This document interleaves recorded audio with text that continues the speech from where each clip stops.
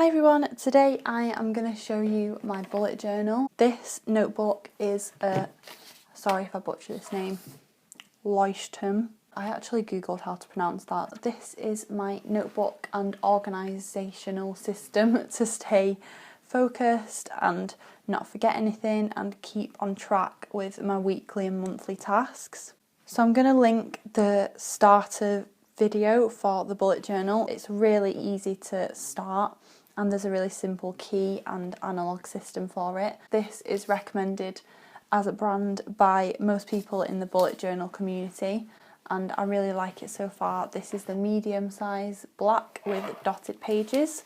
They're also pre-numbered, which is really helpful for bullet journaling because in the front here you have a contents page, so any ideas or things you want to track throughout the year, you can easily come back to this and reference them, so that's really helpful. The bullet journal kind of consists of a really basic analogue system and I have my personal key listed in here. My first page is my 2016 best year yet plan. If you're familiar with the book, this is like a New Year's resolutions, yearly goals type exercise, so I thought it was really nice to have them written down in the front page so I see them every day. The 3 lessons that I learned in 2015. I also wrote out my personal affirmation that I came up with, and I also have my top 10 goals for 2016 listed here. I mentioned these in another video if you want to go and watch them, but I have them covered up at the moment because one of them is really personal. Then this next double spread is my future log. So if you have any appointments booked or holidays or specific dates you want to remember, I always add them in here, and then each month you can refer back to this. Then I have my monthly spread, so the basic way to journal your month is to add each date down the side and then add in any appointments or meetings or deadlines you have. This is really helpful again because you don't forget anything. I'm not entirely sold on this look. I don't know, it just doesn't appeal to me as much as an actual calendar format, so I think I'm going to do something like that for next month. What's great about bullet journaling is you can really kind of learn as you go what you actually like, so you can really tweak it and customise it to your own preferences as you go, which is what I love about it. Then on this other side here I have my January goals and tasks. So I have wrote all of my goals for January relating to my yearly goals, so breaking them down into little milestones. I also have more practical tasks, things like work deadlines and other worky stuff I want to do this month, or arranging social events and stuff. So then on this next spread I have my content for January. This is an amazing little system to stay organised with your content if you're a blogger or YouTuber, or even if you work in social media and you have to post content for brands or clients.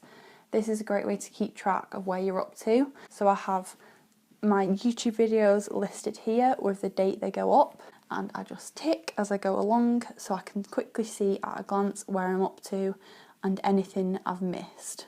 I've done this for about a year now and I found it's the best way to keep track with your YouTube. It's also great if you're planning a whole month of content.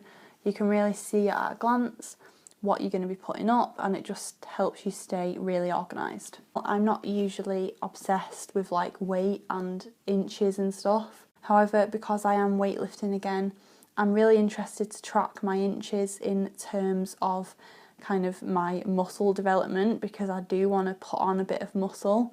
If anything, I want some of these numbers to grow, particularly glutes. This is just a bit of fun for me to track, you know, every 3 months or so throughout the year, how my body is changing.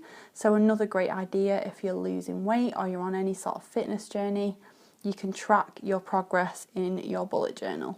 So this is my weekly spread, and you'll see here I have this little fabric marker. And what I love about the Leuchtturm notebook is it comes with 2, so I can quickly get to the present day and I don't have to go flicking through to find it. So I have across the top the week with each date, and then I add in any little events I have throughout the week. I mainly use my weekly spread as a kind of master list. So instead of writing a massive to-do list each day, I have a huge weekly to-do list, which is all these, and then I kind of allocate tasks to each day as the week goes on, depending on how much time I have that day or what I'm doing. This is kind of my personal section, let's say, and I have my Miracle Morning Tracker. A lot of people do a habit tracker page on its own, but I much prefer to add it in weekly and daily, so I can see at the end of the week which days I've done it and which days I've not. If you're very visual like me, you'll be much more likely to do them because you want to tick all these little boxes. So that's what I love about habit trackers. I also have my weekly workout schedule here. I always schedule in my workouts, and each day I refer back to this list and I know what I'm doing the next day so I can plan. Then I have all sorts of random tasks and errands I want to do. Some things are kind of necessary and some things are based on my goals again. So it's always important to add in tasks, you know, just a few a week that are going to move you towards your personal goals. Then this side is more of my work side. So I have all the YouTube videos I want to do that week. Likewise with blogging, I have the 3 blog posts I want to write this week. And then I have all sorts of different work tasks to do. And then on the next page, I start my daily to-do list. And this is basically my everyday layout. The date, and then I've got my daily to-do list. So today is like a YouTubey day. So I've got most of my YouTube tasks wrote on today, like filming this video. And I also do this the night before, so everything is scheduled and I know exactly what I'm doing in the morning. Every single day without fail, I write down 3 things I'm grateful for, and then at the end of the day, I've obviously not done this yet, but at the end of the day I write 3 highlights from that day, so 3 great things that happened to me that day that I'm thankful for, and even something little that made me smile.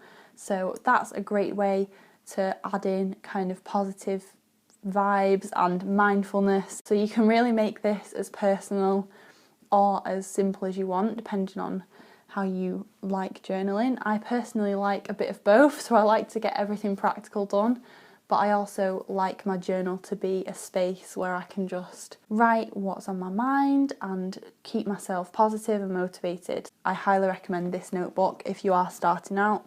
It's pretty reasonably priced, it's really well made, and it's also nice and compact. So if you do want to pop this in your work bag or handbag and take it on the go, it's really easy to do that and it's not going to take up loads of room. And thank you so much for watching. I really hope you found this helpful if you wanted to get a bit more organised in 2016. Subscribe if you're new, and I'll see you in my next video. Bye! Peace out.